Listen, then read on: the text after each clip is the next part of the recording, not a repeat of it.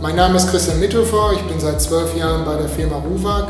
Ruwag Industriesauger beschäftigt sich mit dem Absaugen von Sauggütern jeglicher Form, ob flüssig, brennbar oder ganz normalen Staub.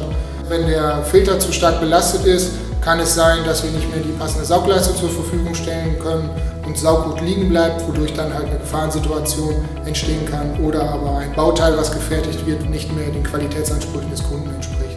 Wir wollten unseren Sauger digitalisieren, damit wir im Service besser werden. Dadurch, dass alle Messdaten erfasst werden, können wir vorausschauenden Service leisten und der Kunde kann zum Beispiel über eine App gleich auf den Sauger draufschauen, welche Betriebszustände er hat, wie doll der Filter belastet ist. Dies ermöglicht jetzt unsere Digitalbox. Hier sieht man den aktuellen Einsatzort der Digitalbox.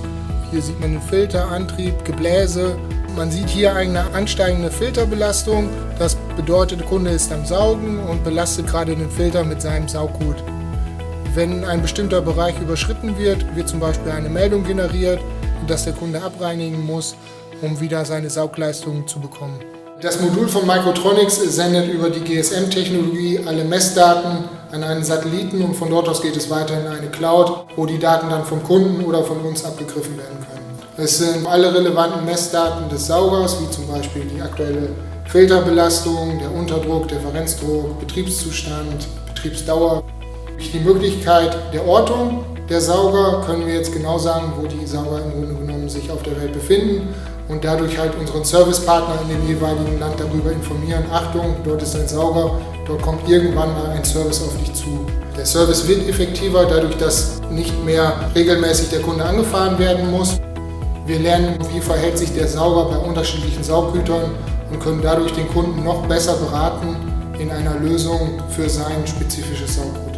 Microtronics hat dabei eine entscheidende Rolle gespielt. Die waren in der technischen Umsetzung federführend und haben mit uns zusammen das Modul entwickelt. Und dieses Modul soll eine serienreife und auch ganz wichtig nachrüstbare Lösung sein.